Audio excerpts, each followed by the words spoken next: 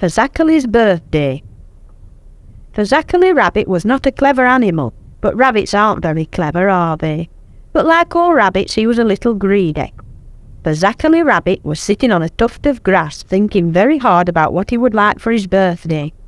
He hoped that all his friends would remember that his birthday was only 2 days away, and that they would all bring him big bags of lettuces and carrots and cabbages and turnips and all the things that rabbits liked. He was dreaming dreams of having so much food that he would have to build a hut to keep it in, when Ben Badger came up beside him. "Hello, Fazakerly," said Ben. "What are you thinking about?" "Oh, nothing much," said Fazakerly. "Just thinking how quickly the months go by. It hardly seems a year ago that you all came to my party." "Oh yes, it's your birthday soon, isn't it?" said Ben thoughtfully. "What would you like for a present?"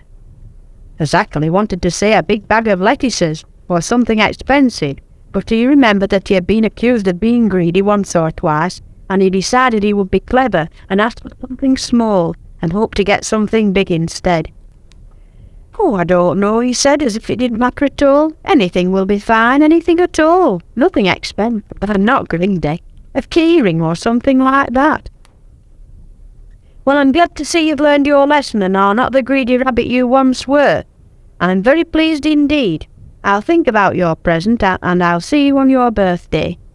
Ben Badger went off to the wood, and Fazakerly felt very pleased with himself. "He's sure to give me something big now," he thought. "He says he's very pleased that I'm not greedy. I knew it would work." Fazakerly went off to the wood to see if any more of his friends needed reminding that it was his birthday. In the wood he met everyone he wanted to see. Ben Badger had told them about his birthday, and when they asked what he wanted, he said to each one, "Oh, something small, a keyring or something like that." All the animals said how pleased they were to see that Fazakerly was no longer the greedy animal he once was, and Fazakerly was feeling so proud of himself that when he got home he shouted as loud as he could, "I am the cleverest rabbit and the nicest rabbit that anyone knows."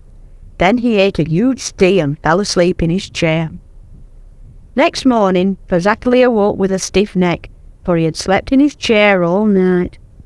"Oh dear, I am stiff," he thought, "and I must be well for my birthday." So he went straight to bed and almost fell asleep. When he had a thought. "Suppose there is someone who doesn't know it's my birthday," he thought, and with a leap he was out of bed and hunting for a piece of paper. When he had found a piece of big enough, he wrote out a notice. "If you want to buy me a present, I'd like a keyring or something small, because I'm not a greedy rabbit anymore." He pinned the notice on his front door and went back to bed. Next morning there was a loud banging at his door. Fazakerly rushed to open it, and there on the doorstep stood Stanley Stoat. Stanley had 2 large bags with him. He dipped into the first bag and brought out a big pack of envelopes and handed them to Fazakerly. "Happy birthday, Fazakerly," said Stanley. "Here are your birthday cards."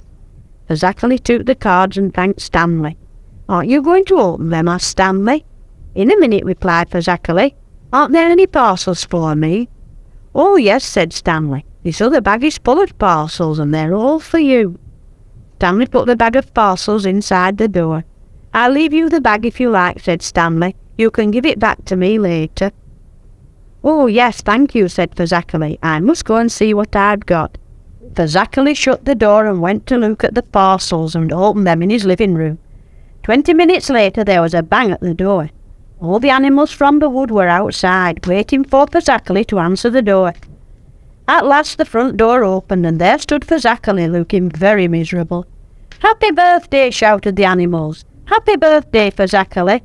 "Thank you," said Fazakerly rather sadly, for a rabbit on his birthday. "Thank you all for your lovely presents," and with that Fazakerly shut the door.